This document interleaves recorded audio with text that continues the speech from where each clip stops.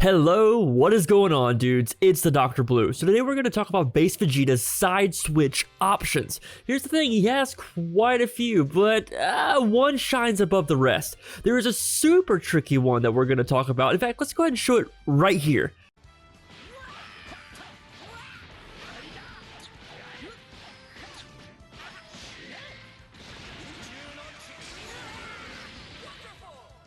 Yeah, so it's kind of sick. It looks amazing. Here's the thing, it's non-optimal. So in this video, we're gonna go over his best route as well, and it's this one here.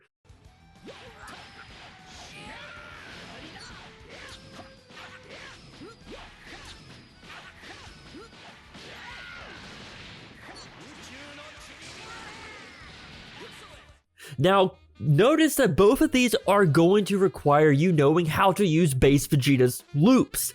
And if you don't know how, I'd say back out of this video right now. There is a little bit of a snippet where you can just do a side switch and not even care about the loops, but it does so much less damage. It's almost not worth it. I would just carry the opponent to the other side of the screen.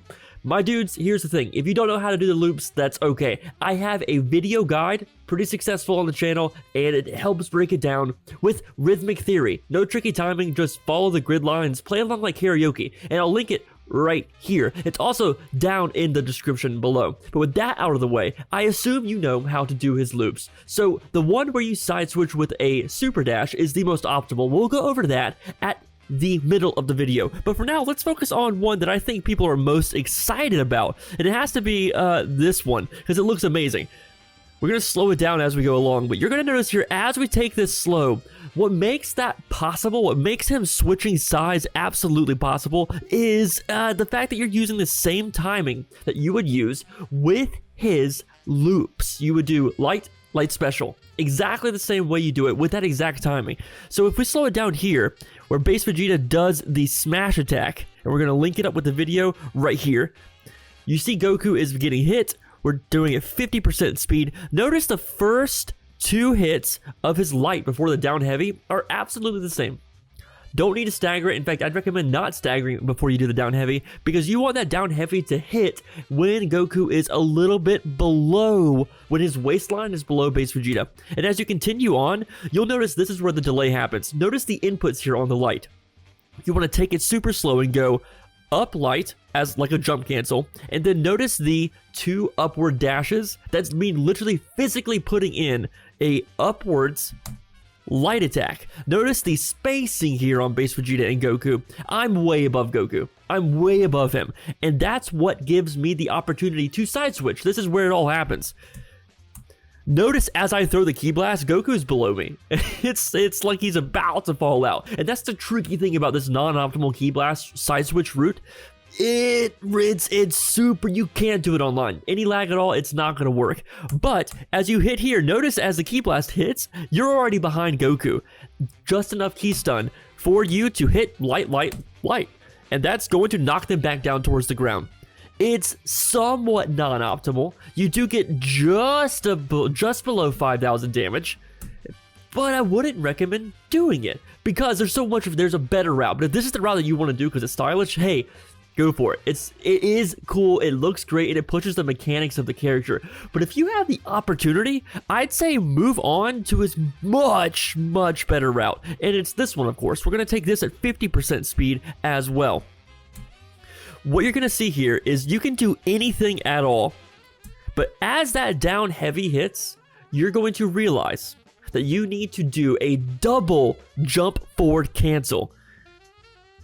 Notice as I press Super Dash, I'm on the other side of the character. And the tricky thing about this, the cool thing about this, is you delay the Super Dash. Kid Buu or just say all Vegetas have access to this route. But what makes base Vegeta so amazing is if you try this normally and you try to go into the normal B&B, the light, down heavy, light, you're actually going to whiff.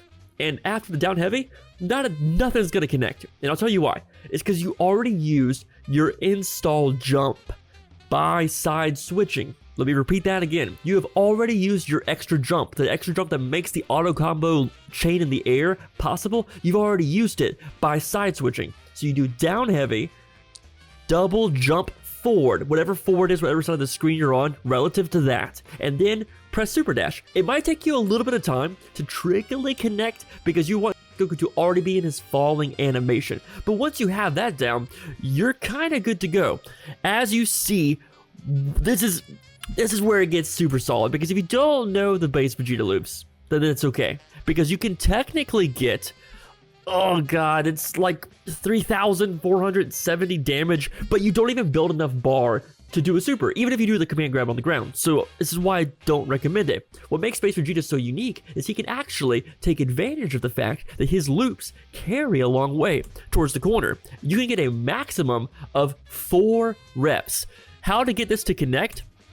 You want to make sure that light attack absolutely hits immediately after the super dash. Otherwise, it's not going to have the same animation quality, and even if you do the proper inputs, light, special, light, special, it's not going to do what you want it to do. So if you're a base Vegeta main and you put in the time to learn his loops, this is when it finally pays off. Besides it being incredible 24/7 and a super stylish thing to do, this is where it pays off with the damage. And I want you to notice here, I carried him all the way to the screen, and I was able to get roughly 3 reps of the loops. But then I realized, oh wait, you can actually get more. And so what we're going to do here is we're going to go for a maximum of 4 amount of loops. Immediately pressing light as soon as the super dash hits. And look at the damage. Boom! You get a 4,705 damage without the super. And the super brings you to 5,685 damage. This is an amazing way to switch back into the corner. I cannot explain to you how easy this is once you learn the loops, and it's super cool with the character. If you're a character specialist, like I am with Base Vegeta, then you'll love it. By the way, I almost forgot, this is brought to you by, both of these routes I learned through X Malice on Twitter. He's a Base Vegeta specialist. I learned him through Rokoshin, who's also a Base Vegeta specialist and a great streamer. Highly recommend checking both of them out. I'm going to link them down in the description below if you want to learn more about Base Vegeta. Shout out to you guys, and of course the man on my Discord that brought this all together, Eternal Dragon Gaming. Thank you so much. I'm going to link him in the description as well. See, that's what's so great about Dragon Ball. You have a community of people who love a character as much as I like Base Vegeta, and there's no ego.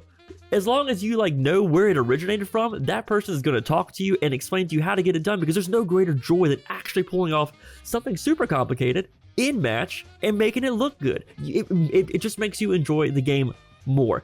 And here's the thing, I'm going to go ahead and get this to you guys. If you need a refresher on how to do the Base Vegeta loops, remember, down in the description below, there's also tons and tons of great guides. But the side switch options that I would rank is, if you are going for, you know you're going to win the match and you're offline, try the really tricky X Malice loops. The one where you are above Goku and you side switch. It's cool, not that damaging, but I mean, it still has a lot of style points.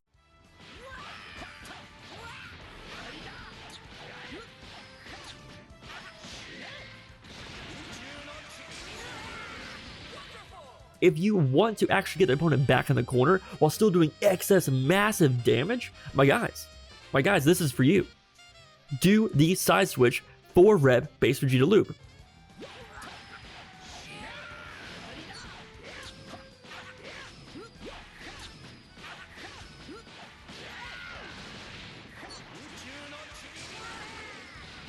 And you won't regret it, because you can do over 50% damage on any character. Now keep in mind, this is not a reason to play the character. This is simply a icing and cherry on top. You need to learn Base Vegeta's B&Bs before you think about putting this one in match. And the cool thing is, his B&Bs are pretty cool. But of course, we all know his maximum damage is with these loops. So, how long do I think this is going to take you? If you already know the loops, it should only take you about an hour in the lab if you're experienced. And if you don't know the loops, well, welcome to the journey. Don't think this is going to be easy, because it's not. It takes specific timing. It takes specific dedication, and it makes you enjoy the character even more, because the more time you put into him, the more he's going to work out for you. So that's all I have to say, guys. I have been TheDoctorBlu. You're incredible. Like, share, and subscribe for more content like this, and I will see you in the next video.